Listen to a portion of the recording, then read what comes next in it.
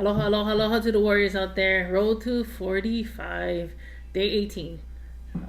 Today we are on Oahu. We made it here from Hilo, and we're getting ready to do an event at Bishop Museum on Saturday. So today we're going to talk about preparation and how, as you get older, you realize how much um, you need preparation, but also that with life comes the challenges of memory and the loss of memory.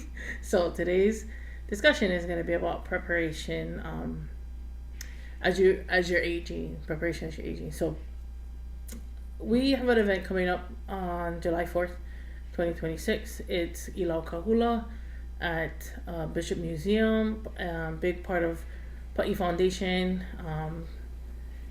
So we flew up. I flew up my sister and my niece with me, who's also a student of mine, who's also a aspiring artist. And as a artist myself, like I think it's important to hapai or raise the next generation of um, could be and would be artists. And if there was an opportunity for me to have had that same guidance at their age, at 16, 17, 18 years old, I would have truly appreciated it. But what little resources we had at the time, I was growing up in the 90s. I still appreciate and blessed for those who uh, guided me, but also I know that as a kumu in the classroom and as a practicing artist myself is rooted in my culture and my genealogy. It's important to raise the next generation, and that's part of the preparation, right? Like part of preparation in today's day and age for me is knowing that there's a whole other generation behind me that's looking to me for guidance, and so I have the opportunity to do my best to lead the best way I know how. And do I know have all the answers? No. Have I crossed every potential opportunity off my list? No. There's always going to be more opportunities coming around. So preparation is key. And it's funny because I have these lists that I tape to the wall. I'll show you. And it's not done. It's a work in progress. But I have these lists that help me now that I'm here on Oahu to prepare. What do I need to pack? What are the necessities? And then, of course, the inventory of the artwork that I brought to be a part of this event. We're going to have a booth, a vendor booth. My niece slash student has her artwork. She's going to be featuring the artwork she put on longboard skateboards. And then also she will be making some leis, which is fitting for her because it's kind of like her wheelhouse. And she's so good at it. Like, can anybody have skills that they can improve on? Of course, anybody, no matter what age they are. But to be 17 years old and to be that young and to be able to take on a practice that has been done for generations before her, and to do it today, even when it's not the most popular thing to do at 17, but to sit and collect the tea leaves and to prepare it and to make it malleable to conform to what you want it to do. Um, I give her mad props for being the different one and in all that it is to be in your teens this generation. So she'll be having those things. And part of it is a preparation, right? So we flew up a few days before, tried to situate everything we could to make sure that we can troubleshoot when we needed to. And then, of course, I have my list on the wall. I tape it. I'll travel. Anytime I travel to do events, I always travel with tape, scissors, paper, pens, so that if I needed it and I needed to see, I'm a visual person, so I gotta put them up on the wall and I gotta see what I need done, and then I gotta cross them off so that visually I'm like, okay, that's done, we done, and that's the part of the preparation. That's the rote things. That's the stuff that you do so often that it becomes real mundane in your practice. Um, But preparation in the sense of mental preparation, that's a different ball game, but it comes with the physical aspects of having to touch things, right? Pen to paper, eye to wall because I can see it. Like that practice, it all helps the mental preparation it takes to do events, um, to create artwork in spaces that you hope people appreciate.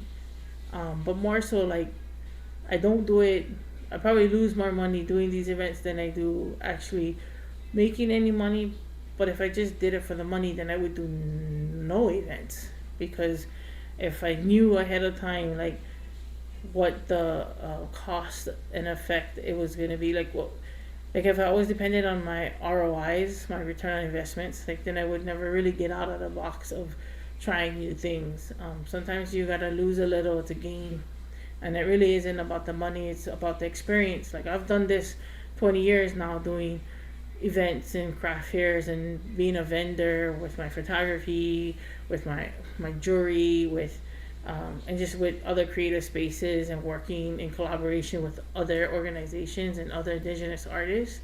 But now it's time to turn back the hands down into the next generation and pull them up, right? And that's the preparation part for me. Like, when I think about preparation, I'm like, how am I contributing by this practice here, doing these events? How am I teaching the next generation to step up to the plate? Because then there's no me. Somebody's got to come behind. Somebody's got to come and pull on that va'a from behind. So if we're not preparing them now, then what are we setting them up to do?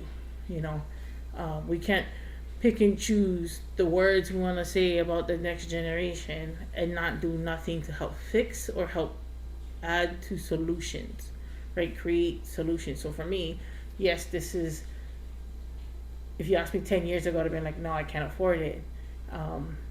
But now, looking back at how are we going to prep the next generation, this is how we're going to prep them. We're going to bring them along. We're going to put their head into the work, right? We're gonna physically move them into the space and be like, hey, look, preparation. What do we need to pack? What do we need to charge? Is all the batteries charged?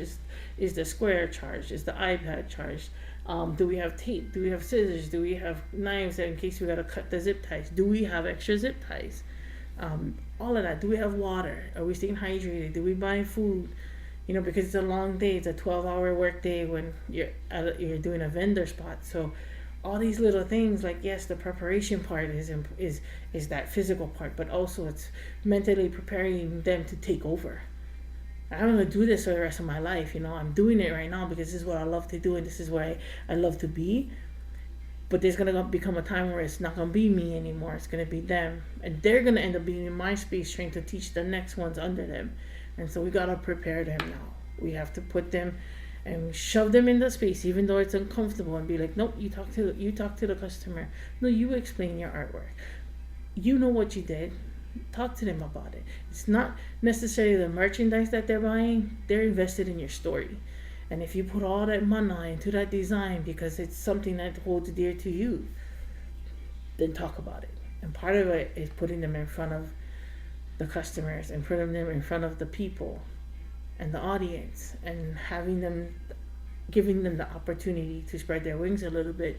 They're gonna make mistakes, guaranteed. They're gonna make mistakes. I made a ton before too, and I'm still making mistakes, but I'm learning. And as long as they're learning, and you're a part of that preparation part, we're gonna be okay. We're gonna be okay. So, again, preparation is key, but also preparation isn't just the physical preparation and putting notes down.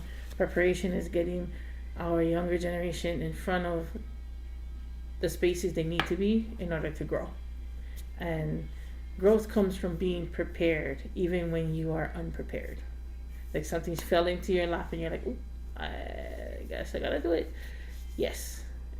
A little bit of preparation helps to get your mind to where it needs to be to function, but also just know that your kupuna got you, and if you do it with all the right intentions, you will do them proud. So that's it for now. You guys keep aloha in your heart, because when you're aloha in your heart, you're more aloha to share with the world. And I truly and honestly believe aloha will save the world 1% at a time. So Please take aloha wherever you go all the time. Aloha. Ahui ho.